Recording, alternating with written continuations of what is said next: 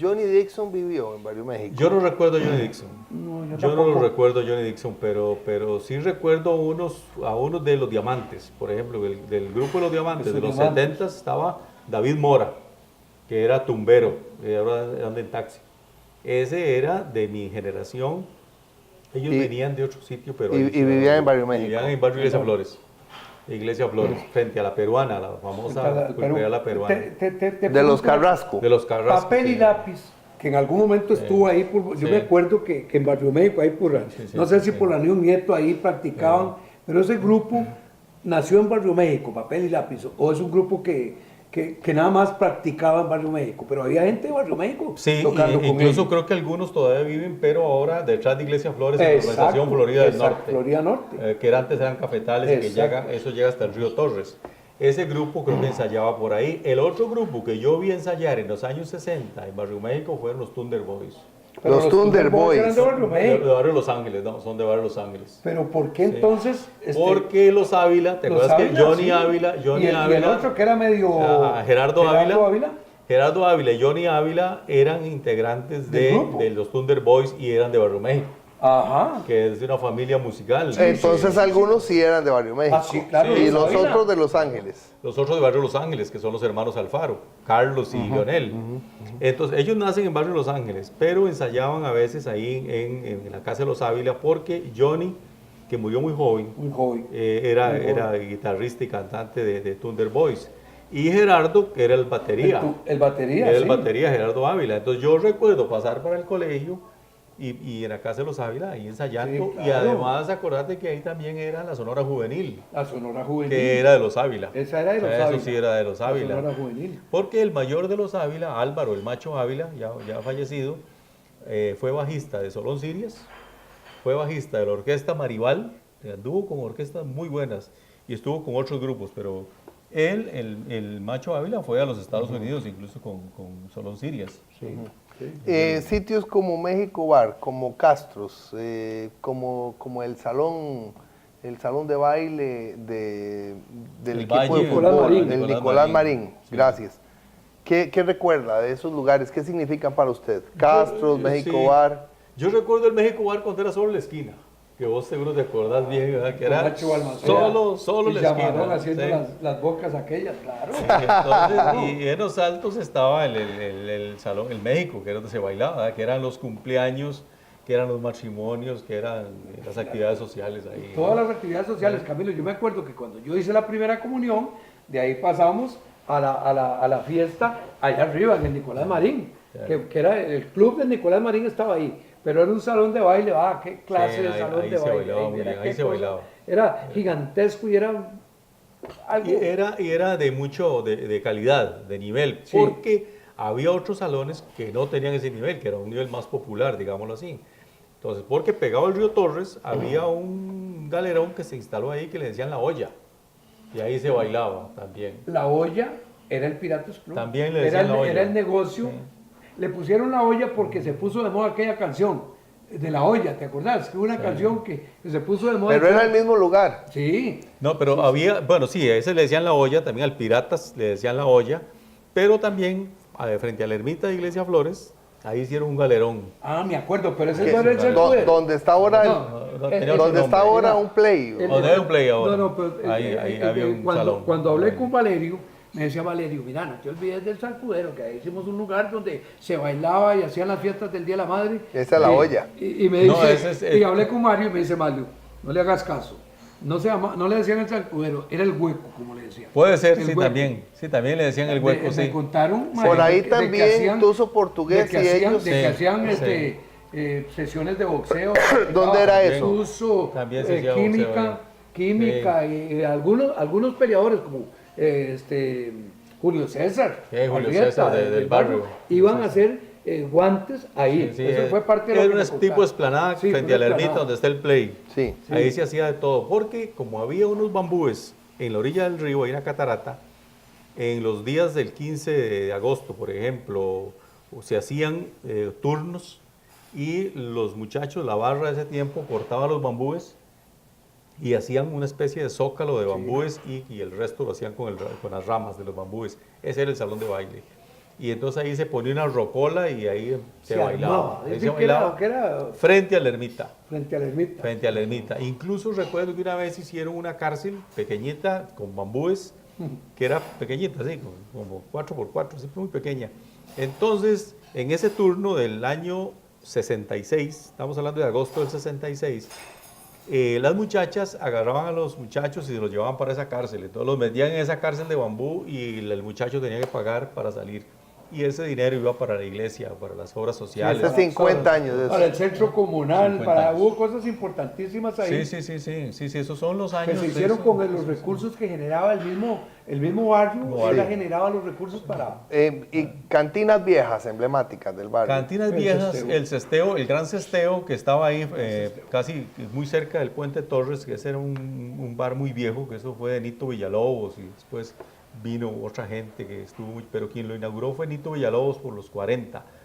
En ese bar Cesteo se hacía teatro, eso es muy interesante, porque había un señor, Renquito, que vivía allá por donde vivía Papi María, bajando las Ajá. cuestas de Ajá. Barrio México, que le decían Chaloy. Claro, Y Chaloy. Chaloy hacía teatro ahí en el Cesteo. Chaloy. Hacían obras de teatro, era muy interesante, son los 50, 40, 50. Sí. Usted escribió en Áncora, en La Nación, un artículo, un reportaje sobre la Sala Tazara, que también Exactamente. hicimos un programa sobre la Sala Tazara. Cómo no, sí, claro.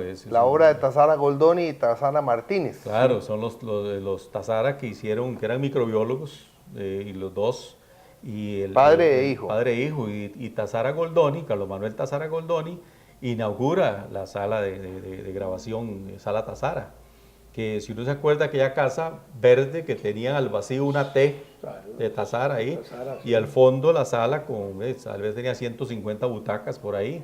Tenía un saloncito pequeño para que la gente, pues los cantantes se descansaran ahí, tenía una cama ahí también.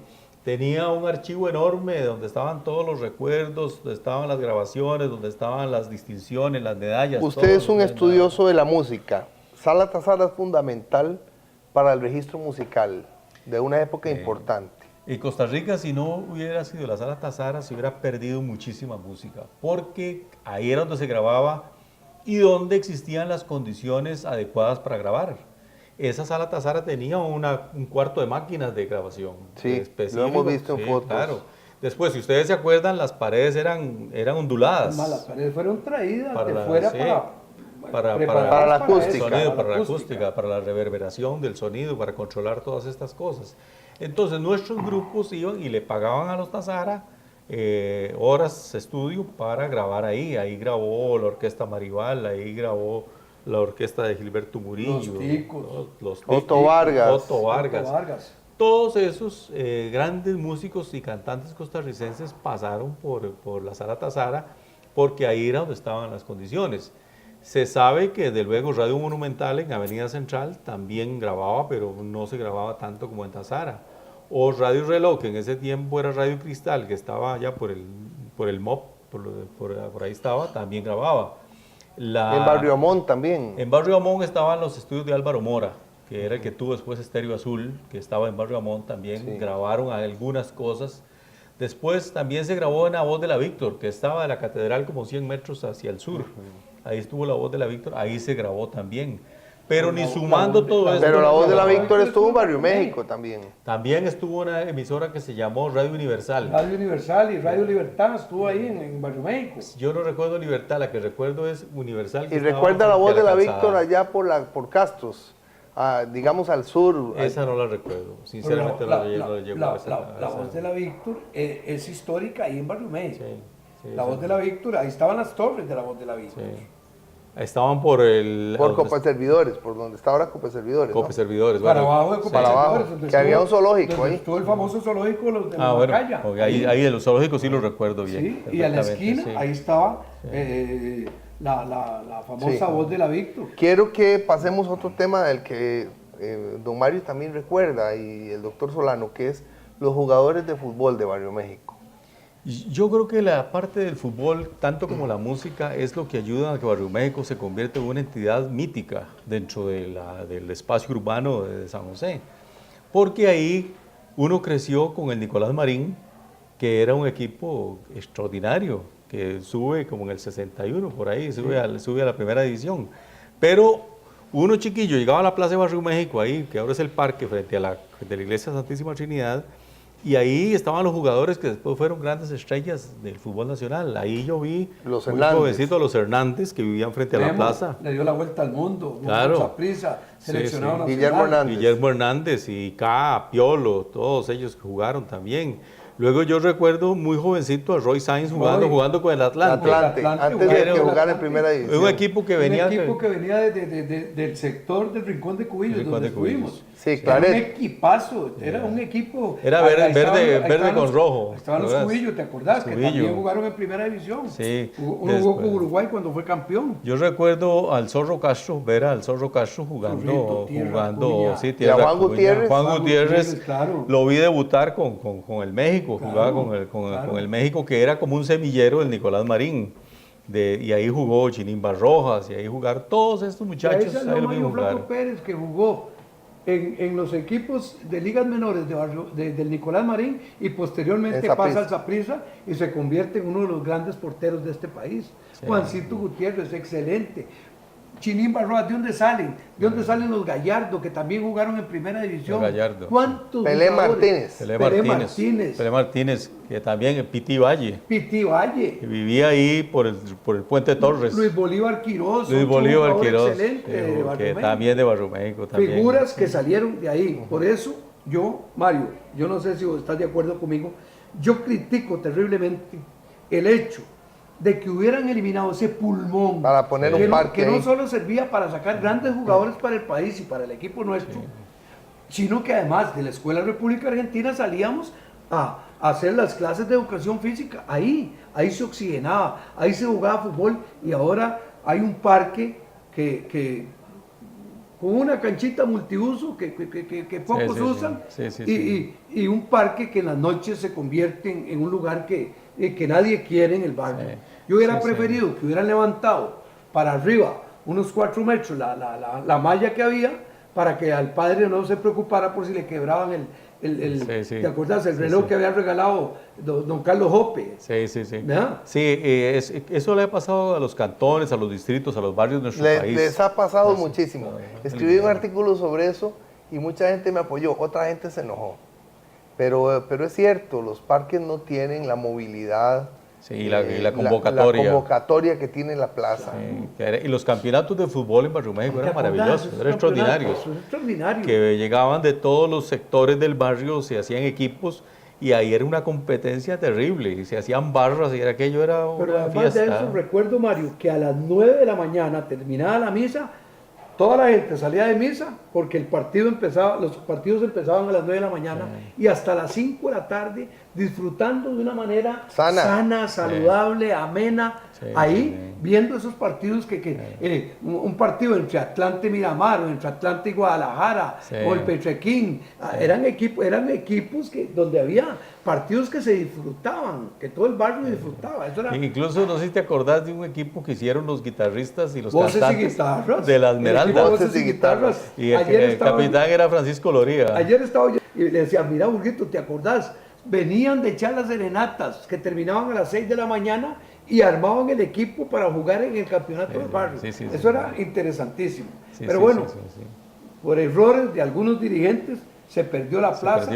Y la otra cosa es que probablemente no supimos defenderla. ¿Usted estuvo en la Escuela República Argentina? No, yo estuve en la Escuela Ramiro Aguilar, que está Ramiro Aguilar, en las cuestas, que está abandonada. Todavía ahora, más ya. nos gusta porque hemos hablado mucho de la Escuela República Argentina y poco de la Ramiro Aguilar, que no existe ya. Ya no, ya ahí está el edificio, pero ya no.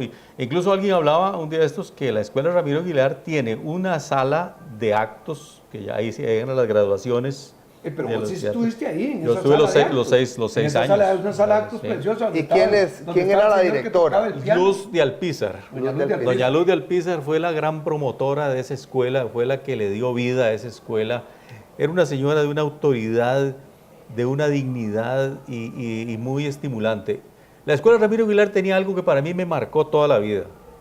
La Escuela Ramiro Aguilar, cuando a finales de noviembre, principios de diciembre, entregaban los diplomas de 6º grado, porque era solo un grupo de hombres y un grupo de mujeres, un primer grado de hombres y un primer grado de mujeres. Así hasta Era sexto grado. pequeñita, Era pequeña. Sí, 200. Sí, era estudiantes. muy poco. Cuando se hacía la premiación, cuando se daban los diplomas de sexto grado en el final del periodo, cada maestra de cada grupo estaba en la obligación de reportar al mejor alumno de su sección. Y en esa ceremonia de entrega de los diplomas de sexto grado se premiaba al mejor alumno de cada sección. Se le daba un libro, generalmente, un libro de cuentos, una cosa así. ¿Y usted fue el mejor alumno? Yo fui el mejor alumno de los 6 años, fui en 5. No me la dieron en quinto grado porque antes, como unos días antes de terminar el periodo, tuve un pleito con un chiquillo. Y entonces fue tal el pleito que terminamos los dos con sangre y todo. Entonces la maestra me dijo, no se lo doy. Y no se lo dieron a nadie. Pero a mí me marcó eso porque me motivó mucho en mi vida de adulto. Claro, a salir adelante, a investigar, a publicar, a trascender, a dejar huella. Porque un día mi hijo me preguntó, mi hijo me dijo, ¿quién es la persona que más ha influido en su vida? Y yo le dije, la persona que más ha influido en mi vida es Mario Saldívar Niño. Porque fue esa la persona que me marcó. Saldívar Niño. Ese fue lo que me marcó a mí, me marcó esos premios de la Escuela Ramiro Aguilar de sexto, en la graduación de sextos grados, lo llamaban a uno con ese salón con 300 personas y uno iba a retirar. Orgullosísimo. Claro. ¿Y qué siente Eso me ahora? comprometió. ¿Qué siente ahora cuando ve la escuela? Sí. Es una lástima porque ese edificio se pudo aprovechar para muchas cosas, para hacer ahí entrenamiento de personas. Igual que la sala Tazara, es un pecado. Mario, Se pierde, todo Mario, se te pierde. pregunto, la maestra de religión, La niña Estrellita, ¿Estrelleta qué? Fera. La era esposa casada de Francisco Fera, claro. otro personaje Claro, del barrio. conocidísimo. Sí, claro. Pero doña Estrella, estuve conversando con una compañera de junta directiva, era tía, doña Estrella era tía de ella. Claro. Y estaba conversando y entonces ahí me di cuenta que La doctora Patricia Núñez. Patricia Núñez. Claro, ¿por qué? Ella era Fallas, Estrellita Fallas. Estrellita Fallas. Estrella Fallas, Y- porque ella, yo no sé si era Que tía, se ponían era el tía de nombre, Patricia. el apellido del marido. Sí, pero ella fue la maestra mía de religión durante los 6 años. Y acordate que el hijo mayor de ella y de Francisco Fera era Franco Fera, que acaba de morir, murió hace poco, sí, me di cuenta que era el que acaba de baterista de los Thunder Boys. Los Thunder Boys. Y era el baterista de los Mustang, que era Sí, otro los grupo de Mustang, rock, un otro grupo de grupito rock. de rock de los 60, 70 por ahí. Sí. ¿Y en cuál eso- colegio estuvo? En el Liceo San José, los 5 años ahí. ¿Quiénes le dieron Quiero clase? rescatar algo, Sí. Camilo, antes de que pasemos de la escuela, porque la escuelita había muchas cosas interesantes. Y cuando hablé con la gente para escribir sobre la escuela, me hablaban del famoso maestro de música y del piano que tenían, que era, Claro, que era algo claro, claro. que la gente Sí, habla sí, con sí. mucho cariño. de Claro, eso. pues, don Efraín era el maestro de música. Don Don Efraín. Efraín era el maestro de música y en las clases el piano estaba en ese salón de actos. Sí. Entonces íbamos a cantar ahí, y había un fervor para cantar y la gente se entusiasmaba con el maestro y nos impulsaba y todo eso. La escuela Ramiro Aguilar tenía, yo creo que todavía existe, un gran espacio lleno de zacate, que le decíamos la selva. Sí, la selva. Y eso daba al río Torres. Y entonces eso era como un misterio. Nos prohibían ir a la selva.